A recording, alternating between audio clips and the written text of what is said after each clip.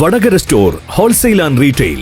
നിങ്ങളുടെ വീടുകൾക്ക് ആവശ്യമായ വീട്ടുപകരണങ്ങൾ മൊത്തമായും ചില്ലറയായും വിൽക്കപ്പെടുന്ന വടകരയിലെ ഏക സ്ഥാപനം. പ്ലാസ്റ്റിക് ഐറ്റംസ്, പ്രമുഖ കമ്പനികളുടെ ഹോം അപ്ലയൻസുകൾ, മറ്റുൽപ്പന്നങ്ങൾ, ക്ലീനിംഗ് ഐറ്റംസ്, പണിയായുധങ്ങൾ, സ്റ്റീൽ പാത്രങ്ങൾ, വിവിധ കമ്പനികളുടെ അലൂമിനിയം പാത്രങ്ങൾ, ചെയറുകൾ, കോവണികൾ എന്നിവയുടെ വിവിധ തരത്തിലുള്ള ശേഖരവുമായി വടകര സ്റ്റോർ.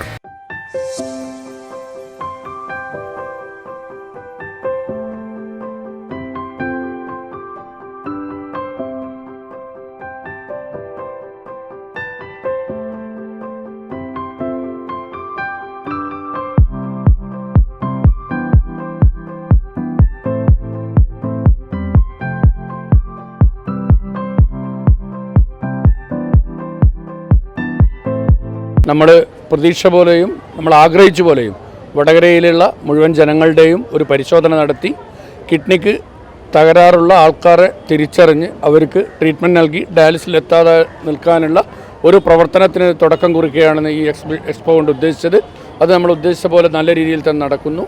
അത് നല്ല രീതിയിൽ ഏകദേശം ഇവിടെ എത്തുന്ന ആൾക്കാരുടെയും യൂറിൻ ടെസ്റ്റിൽ പ്രയാസങ്ങളുള്ള ആൾക്കാരുടെ ബ്ലഡ് എടുത്തുകൊണ്ട് ക്രിയാറ്റിൻ ഉൾപ്പെടെ ടെസ്റ്റ് ചെയ്തുകൊണ്ട് അതിൽ കിഡ്നിക്ക് തകരാറുള്ള ആൾക്കാരെ മനസ്സിലാക്കിയിട്ട് അവർക്ക് ചികിത്സാ നിർദ്ദേശങ്ങളും നെഫ്രോളജിസ്റ്റിനെ കാണാനുള്ള ഒരു സൗകര്യം കൂടി ചെയ്തു കൊടുക്കുകയാണ്. നമ്മൾ പ്രതീക്ഷിച്ചതിനേക്കാൾ ഉപരി വിദ്യാർത്ഥികൾ ഉൾപ്പെടെ ഈ നാട്ടിലുള്ള മുഴുവൻ ആൾക്കാരും എക്സ്പോയിലേക്ക് വന്നുകൊണ്ടിരിക്കുകയാണ്. പ്രതീക്ഷിച്ചതിനേക്കാൾ നല്ല രീതിയിലുള്ള ഒരു കടന്നുകയറ്റമാണ് നമുക്ക് കാണാൻ കഴിയുന്നത്. ഇനി ഈ എക്സ്പോ കഴിഞ്ഞാലും നമ്മുടെ ഇന്നത്തെ ഒരു സാഹചര്യത്തിൽ വടകരയിലും വടകരയുടെ ചുറ്റുപാടും നമ്മൾ പ്രതീക്ഷിക്കാത്ത രീതിയിലാണ് കിഡ്നി പേഷ്യൻസ് വർദ്ധിച്ചു വരുന്നത്. ആ വർധനവിനെ ഒറ്റക്കെട്ടായി വടകരയിലെ സമൂഹം ഒറ്റക്കെട്ടായി നിന്നുകൊണ്ട് ഇതിനെ പ്രതിരോധിക്കാനുള്ള ഒരു പ്രവർത്തനത്തിനും തുടക്കം കുറിച്ചിട്ടുണ്ട്.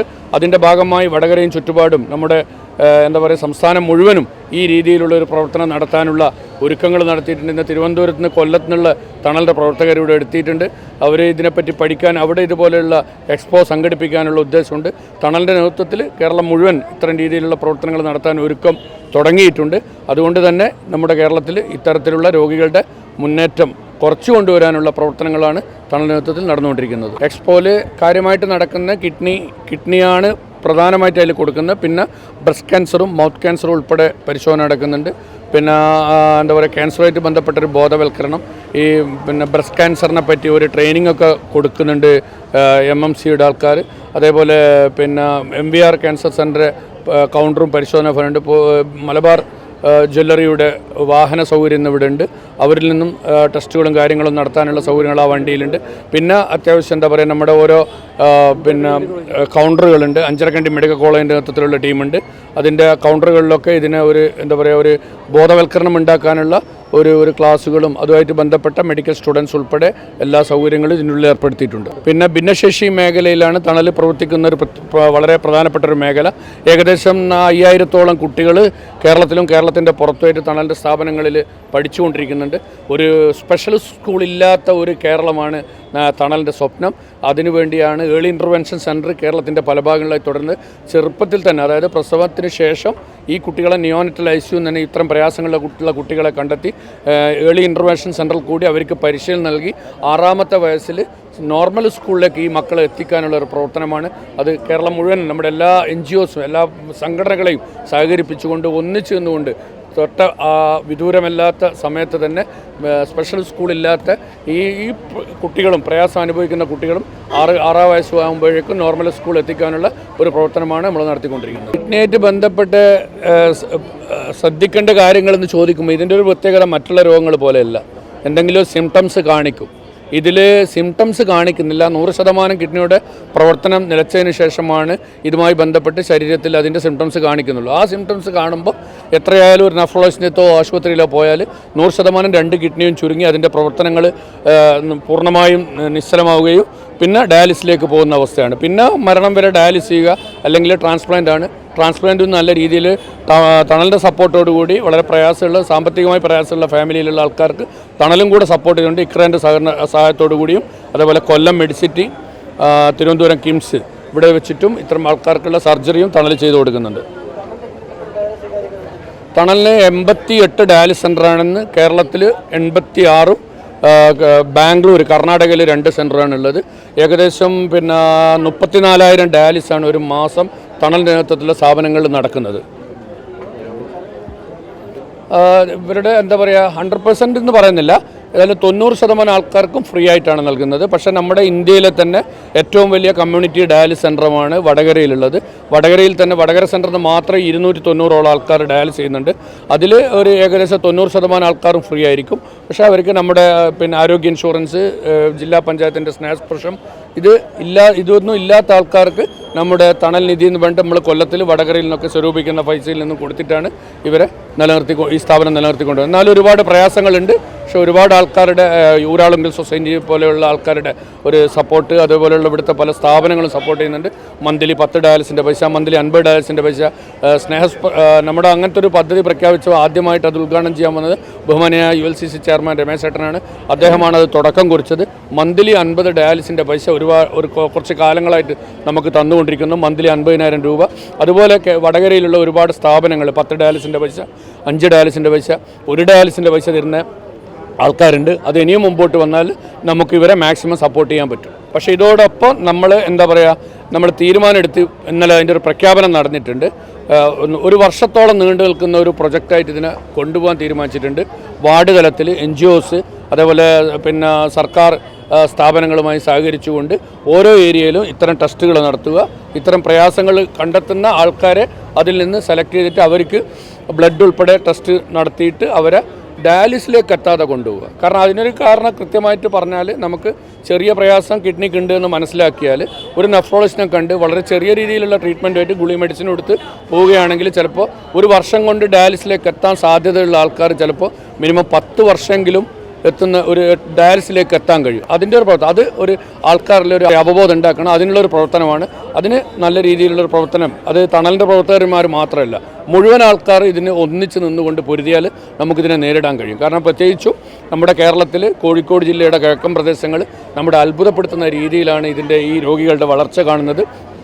ഈ ഒരു രീതിയിൽ പഞ്ചായത്തുകളിൽ ഇത്ര കമ്മ്യൂണിറ്റി ഡയാലിസ് സെൻ്റർ ഉള്ള ഒരു പ്രദേശം കേരളത്തിൽ എവിടെ ഉണ്ടാവില്ല. കോഴിക്കോട് ജില്ലയുള്ളവർ നമുക്ക് തന്നെ വടകരയിൽ തന്നെ നമ്മുടെ തണലിൻ്റെ ഡയാലിസ് സെൻ്റർ, ജില്ലാ ആശുപത്രിയിൽ ഡയാലിസ് സെൻ്റർ, ഓർക്കാട്രി, വില്യാപ്പള്ളി, പയ്യോളി, നാദാപുരം, ഇത്ര അടുത്ത് തന്നെ സെൻ്ററുകൾ ഉണ്ടായിട്ടും വടകരയിൽ ഇപ്പോഴും 10-15ഓളം രോഗികൾ ഈ ഡയാലിസിന് വേണ്ടി സ്ലോട്ട് കിട്ടാൻ വേണ്ടി കാത്തിരിക്കുക. ഒരു സ്ലോട്ട് കിട്ടുക എന്നൊക്കെ പറയുന്നത് ഒരു പേഷ്യൻ്റ് ഒന്നുകിലും മരിക്കണം, അല്ലെങ്കിൽ എന്തെങ്കിലും ഒരു പ്രയാസം വന്നിട്ട് മേലോട്ടുള്ള ആശുപത്രിയിലേക്ക് റെഫർ ചെയ്യപ്പെട്ടാലാണ് ഒരു സെൻറ്ററിൽ ഒരു സ്ലോട്ട് ഒഴിവ് വരിക. ഇപ്പം നിലവിൽ നമ്മുടെ തൊട്ട് കിടക്കുന്ന ഒരു പഞ്ചായത്തിലുള്ള ഒരു സെൻറ്ററിൽ പോലും ഒരു സ്ലോട്ട് പോലും ഒഴിവില്ല.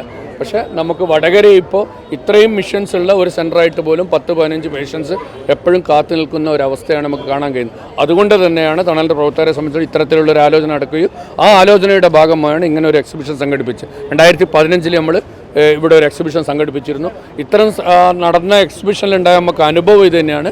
അന്ന് ആ എക്സിബിഷനിൽ നമുക്ക് കണ്ടെത്താൻ കഴിഞ്ഞ ഇത്തരം പ്രയാസങ്ങളുള്ള ആൾക്കാർക്ക് ഇന്നും ഡയാലിസിസ് തുടങ്ങാതെ ട്രീറ്റ്മെൻറ്റ് എടുത്ത് മുമ്പോട്ട് പോകുന്നൊരവസ്ഥ നമുക്ക് കാണാൻ കഴിയുന്നുണ്ട്. അത് ഈ കാര്യങ്ങൾ പബ്ലിക്കിനെ ബോധ്യപ്പെടുത്തിയിട്ട് എല്ലാവരും ഇതിൻ്റെ ഭാഗമായി നിന്നുകൊണ്ട് ഇത്തരം ടെസ്റ്റ് വളരെ ചെറിയ, അതായത് നമുക്ക് ആദ്യം നടക്കുന്ന ടെസ്റ്റ് ഒരു 5 രൂപ നമുക്ക് അതിന് ചിലവ് വരും.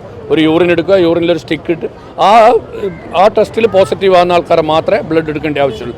അങ്ങനെ ബ്ലഡ് എടുക്കുന്ന ആളിൽ തന്നെ ചിലപ്പം 50 ആളുണ്ടെങ്കിൽ അതിലൊരു 10-20 ആൾക്കേ പ്രശ്നങ്ങളുണ്ടാകും. ആ പ്രശ്നങ്ങളുള്ള ആൾക്കാർക്ക് നമുക്ക് ഇതുപോലെയുള്ള നെഫ്രോളജിൻ്റെ സപ്പോർട്ടോട് കൂടി ട്രീറ്റ്മെൻറ്റ് കൊടുക്കുകയാണെങ്കിൽ ഇവരെ ഈ അപകടകരമായ അവസ്ഥയിൽ രക്ഷപ്പെടുത്താൻ കഴിയും. ഈ ഒരു രോഗി വരുമ്പോൾ ആ രോഗിക്ക് മാത്രമല്ല, ഒരു രോഗി ഡയാലിസ് ചെയ്യാൻ പോകുമ്പോൾ ആ വീട്ടിലുള്ള പ്രയാസമുള്ള ആൾക്കാണെങ്കിൽ 2 ബൈസ്റ്റാൻഡേഴ്സ് പോകണം. 2 ബൈസ്റ്റാൻഡേഴ്സ് പോയിട്ട് ഒരു 5 മണിക്കൂർ ഇവരെ കൂടെ നിൽക്കുക എന്ന് പറയുമ്പോൾ എന്താ പറയുക, അവരുടെ ജോലി നഷ്ടപ്പെടും. രോഗിയുടെ അപ്പോൾ ഒരു കുടുംബം തന്നെ ഇല്ലാതാകുന്ന ഒരവസ്ഥയാണ്. അതിൽ നിന്നൊരു മോചനം നൽകാനുള്ള ഒരു പ്രവർത്തനമാണ്. അതുകൊണ്ട് തന്നെ നാട്ടിലുള്ള മുഴുവൻ ആൾക്കാർ ഇതിൻ്റെ കൂടെ നിൽക്കണമെന്നാണ് തണലിൻ്റെ പ്രവർത്തകരെ സംബന്ധിച്ചോളം പറയാനുള്ളത്. അത് നമ്മൾ തണലിൻ്റെ ഈ ഒരു ഡയാലിസിസ് രംഗത്ത് പ്രവർത്തനം തുടങ്ങിയ അന്ന് മൂലം നമ്മളത് പറയുന്നുണ്ട്. പക്ഷേ അത് അതിനൊരു എന്താ പറയുക, ആ ഒരു രീതിയിൽ ഒരു ശാസ്ത്രീയമായ രീതിയിലൊരു പഠനം നടത്തണമെങ്കിൽ സർക്കാർ IMA പോലെയുള്ള സംവിധാനങ്ങൾ ഉപയോഗിച്ച് നടത്തണം. നമ്മൾ ആ കണ്ടെത്തിയ കണക്കുകളും ഇത്തരത്തിലുള്ള ജനപ്രിയ ഇടയിലും സർക്കാരിൻ്റെ ഇടയിലൊക്കെ നമ്മൾ ശ്രദ്ധയിൽപ്പെടുത്തിയിട്ടുണ്ട്. പക്ഷെ അതൊരു ശാസ്ത്രീയമായ രീതിയിൽ തന്നെ നടന്നാലേ, ഒരു സംഘടിതമായി ഒരു സർക്കാർ സംവിധാനങ്ങളിൽ കൂടി നടത്തിയാലേ ഇത് കണ്ടെത്താൻ പറ്റും. എന്ത് തന്നെയായാലും നമ്മുടെ കേരളത്തിൻ്റെ കോഴിക്കോട് ജില്ലയിൽ ഒരു പേഷ്യൻസിൻ്റെ എണ്ണം കൂടുതലുണ്ട്. പക്ഷേ എന്താ പറയുക, നമ്മളിപ്പോൾ തെക്കൻ കേരളത്തിലൊക്കെ നമ്മൾ ഡയാലിസിസ് സെൻ്റർ വന്നപ്പോൾ അവിടെയും അത്യാവശ്യം ഇങ്ങനെ പേഷ്യൻ്റ്. ഇപ്പോൾ ലാസ്റ്റ് നമ്മൾ ഉദ്ഘാടനം ചെയ്തത് ദേവികുളം, അതായത് മുന്നാറിൻ്റെ അറ്റം, അതായത് കേരളത്തിൻ്റെ തമിഴ്നാടിൻ്റെ ബോർഡറിൽ നമ്മളൊരു ഡയാലിസിസ് സെൻ്റർ. അവിടുത്തെ പഞ്ചായത്ത് ഭരണസമിതി അവരുടെ കയ്യിലുള്ളൊരു കെട്ടിടത്തിലാണ് നമ്മൾ ഡയാലിസിസ് സെൻ്റർ തുടങ്ങിയത്. അവിടെ തോട്ടം തൊഴിലാളികളാണ്. പക്ഷെ എന്നാലും അവിടെയൊക്കെ എന്താ പറയുക, ഇത്തരത്തിലുള്ള ഇപ്പം നമ്മൾ ചെയ്തുകൊണ്ടിരിക്കുന്ന ഓരോ പ്രദേശത്തുള്ള ഇതിപ്പോൾ ഇന്നത്തെ നമ്മുടെ ഇത്തരം വാർത്തകൾ പോകുമ്പോൾ ചിലപ്പോൾ നമുക്ക് കേരളത്തിൻ്റെ ഏതെങ്കിലും ഭാഗത്ത് നിന്ന് ആൾക്കാർ വരും. നമുക്ക് എങ്ങനെയെങ്കിലും അവിടെ ഇത്ര രോഗികളുണ്ട്, അവരുടെ ഡയാലിസിസ് സെൻ്റർ തുടങ്ങാൻ പറ്റുമോ എന്ന് ചോദിച്ച് വരുമ്പോൾ നമ്മളെന്ത് ചെയ്യുന്നു, നമ്മളവിടെ പോയി അവിടുത്തെ ഇത്തരത്തിലുള്ള പൊതുപ്രവർത്തകന്മാരെ സംഘടിപ്പിക്കും. അവിടെ ഒരു മീറ്റിംഗ് ഒക്കെ കൂടും, അവരോട് കാര്യങ്ങൾ പറഞ്ഞ് ബോധ്യപ്പെടുത്തും. അവിടെ സാമ്പത്തികമായി സപ്പോർട്ട് ചെയ്യാൻ പറ്റുന്ന ആൾക്കാരെ കൊണ്ട് മെഷീനും കാര്യങ്ങളൊക്കെ ഉണ്ടാക്കും. അവിടെ ഒരു 10 മെഷീനുള്ളൊരു സെൻ്റർ ഉണ്ടാക്കും. 10 മെഷീനുള്ള സെൻ്റർ ഉണ്ടാക്കിയാൽ 3 ഷിഫ്റ്റ് ആകുമ്പോൾ 60 ആൾക്കാർക്ക് അവിടെ സൗകര്യം ചെയ്ത് കൊടുക്കാൻ പറ്റും. അങ്ങനെ ഓരോ പഞ്ചായത്ത് കേന്ദ്രീകരിച്ച്, മുമ്പൊക്കെ നിങ്ങൾക്കറിയാലോ സൂപ്പർ സ്പെഷ്യാലിറ്റി ആശുപത്രികളിൽ മാത്രമേ ഉള്ളൂ. സാധാരണക്കാരായ സാമ്പത്തികമായിട്ട് പ്രയാസമുള്ള കുടുംബങ്ങളിലെ ആൾക്കാരൊന്നും ഡയാലിസിസ് ചെയ്യാനൊന്നും പോക്കില്ല. കാരണം അവർ കിഡ്നി പ്രശ്നം വരും, കുറച്ച് ഒരു പരിധി വരെ അതിങ്ങനെ അതുമായിട്ട് അഡ്ജസ്റ്റ് ചെയ്ത് പിന്നെ ശ്വാസം മുട്ടലൊക്കെ വന്ന് ഒരു എന്താ പറയുക, നമ്മളിന്ന് വിട്ടുപിരിയുന്നൊരവസ്ഥയായിരുന്നു. പക്ഷേ അതിന് ഇന്ന് നല്ല മാറ്റേണ്ടത് മാത്രം ക്വാളിറ്റി ഡയാലിസിസ് സെൻ്ററിൻ്റെ ഒരു ഗുണം നമുക്ക് ഇന്ന് കാണാൻ കഴിഞ്ഞിട്ടുണ്ട്. ക്വാളിറ്റി ഡയാലിസിസ് സെൻ്റർ കൊടുത്തപ്പോൾ നമ്മൾ മുമ്പൊക്കെ 3 കൊല്ലം അല്ലെങ്കിൽ 4 കൊല്ലം, അതിൻ്റെ അപ്പുറം ഒരു ഡയാലിസിൻ്റെ പേഷ്യൻസിനെ വളരെ വിരലുണ്ടാകുന്ന രീതിയിലേ കണ്ടിട്ടുള്ളൂ. കാരണം നമ്മുടെ ഡയാലിസിസ് സെൻ്റർ തുടങ്ങിയപ്പോൾ തന്നെ 8 കൊല്ലം ഡയാലിസിസ് ചെയ്ത് ഒരാളെ ഡോക്ടർ ആസാദ് മൂപ്പനെ കൊണ്ടുവന്ന് ആദരിച്ചിട്ടുണ്ട്. പക്ഷേ ഇന്ന് വടകര സെൻ്ററിൽ നിന്ന് ഡയാലിസിസ് ചെയ്യുന്ന 14 കൊല്ലമുള്ള ആൾക്കാർ നമ്മളെ കൂട്ടത്തിലുണ്ട്. അപ്പോൾ കൃത്യമായി അത് പാലിച്ചുകൊണ്ട് എല്ലാ എന്താ പറയുക, ഡോക്ടേഴ്സ് എല്ലാം പറയുന്നത് കൃത്യമായി അംഗീകരിച്ചുകൊണ്ട് പോയാൽ ക്വാളിറ്റി ഡയാലിസിസ് കിട്ടുകയാണെങ്കിൽ നല്ല ലൈഫ് കിട്ടുന്നൊരവസ്ഥ നമുക്ക് കാണാൻ കഴിയുന്നുണ്ട്. വളരെയധികം അഭിനന്ദനാർഹവും അനുകരണീയവുമായ ഒരു മാതൃകയാണ് തണലിവിടെ ഒരുക്കിയിട്ടുള്ളത്. നേരത്തെ ഒരു വർത്താനം ഉണ്ടായിരുന്നു, വെളിച്ചത്തിനെന്ത് വെളിച്ച. അതുപോലെ ഈ തണലൊരുക്കുന്ന തണലിന് എന്തൊരു തണലാണ്. നമ്മുടെ നാട്ടിലെ അശരണരായ രോഗികൾക്ക് ഇത്രമാത്രം സേവനം നൽകുന്ന ഒരു സംരംഭം വളരെ വലിയ പ്രചരണത്തോടുകൂടി, കുറേ ദിവസത്തെ അധ്വാനത്തോടുകൂടി നേരത്തെ നടത്തുന്ന പ്രവർത്തനങ്ങൾക്കപ്പുറത്തേക്ക് തണൽ വളരെ വലിയ ഉയരങ്ങളിലേക്കുള്ള പ്രവർത്തനങ്ങളുമായി വന്നതിൻ്റെ ഒരു മാതൃകയാണിവിടെ. ആയിരക്കണക്കിന് കുട്ടികളും പൊതുജനങ്ങളും ഇന്നലെ തന്നെ ഇവിടെ സന്ദർശിച്ചു. എല്ലാവിധത്തിലുള്ള ഒരുക്കങ്ങളും വളരെ നല്ല രീതിയിൽ ഇവിടെ നടത്തിയിട്ടുണ്ട്. ഇതിൻ്റെ ഒരു ഉൽപ്പന്നം എന്തായിരിക്കണം, അതാണ് ഏറ്റവും പ്രധാനപ്പെട്ട ഒരു വിഷയം. ജീവിതശൈലി രോഗങ്ങൾ കൊണ്ട് നമ്മുടെ കേരളം, രാജ്യം മൊത്തം, പ്രത്യേകിച്ച് കേരളം വളരെയധികം പ്രയാസപ്പെടുന്ന ഒരു സ്ഥിതിയിലേക്ക് എത്തിയിട്ടുണ്ട്. അപ്പോൾ ഇതിൽ ഏറ്റവും പ്രധാനപ്പെട്ട ഒന്ന്, ഡയാലിസിസിലേക്ക് എത്താതെ എത്ര മനുഷ്യരെ നമുക്ക് രക്ഷിക്കാൻ സാധിക്കുന്നു എന്നുള്ളതാണ്. ഒരു ഡയാലിസിസിൽ എത്തിക്കഴിഞ്ഞാൽ അവരുടെ ജീവിതം പോയി. ഒരാളുടെ മാത്രമല്ല, ഒരു കുടുംബത്തിൻ്റെ മൊത്തം ജീവിതം പോയി. അതുകൊണ്ട് നമ്മുടെ പ്രശ്നം നേരത്തെ ഡയഗ്നോസ് ചെയ്യാൻ കഴിയുന്നില്ല, രോഗം കണ്ടെത്താൻ കഴിയുന്നില്ല എന്നുള്ളതാണ്. ഞാനിവിടെ മനസ്സിലാക്കുന്നത്, ഇന്നലത്തെ ഒരു പ്രവർത്തനത്തിൻ്റെ ഭാഗമായി തന്നെ 19ഓളം ആളുകളെ ഐഡൻറ്റിഫൈ ചെയ്യാൻ കഴിഞ്ഞു എന്നുള്ളതാണ്. എന്ന് പറഞ്ഞാൽ 50 കുടുംബത്തെ രക്ഷിക്കാൻ കഴിഞ്ഞു എന്നുള്ളതാണ്. അതുകൊണ്ട് ഡയാലിസിസ് ചെയ്യാനുള്ള സംവിധാനങ്ങൾ കൂടുതലാക്കലല്ല, മറിച്ച് അതിനുള്ള അവസരമില്ലാത്ത രീതിയിൽ മനുഷ്യരെ രക്ഷിക്കലാണ് എന്നുള്ളതിലേക്ക് ഇത് വളർന്നിരിക്കുന്നു എന്നുള്ളതാണ് ഏറ്റവും സന്തോഷകരമായിട്ടുള്ള കാര്യം. അപ്പോൾ മനുഷ്യനെ കണക്കിലെടുത്തുകൊണ്ട് നടത്തുന്ന ഈ ഒരു പ്രവർത്തനം, മാനുഷിക മൂല്യങ്ങളിൽ അധിഷ്ഠിതമായ ഈ ഒരു പ്രവർത്തനം വളരെ ശ്ലാഘനീയമാണ്. ഇതിൻ്റെ തുടർ പ്രവർത്തനങ്ങൾക്ക് എല്ലാ ഭാവുകങ്ങളും നേരുന്നു.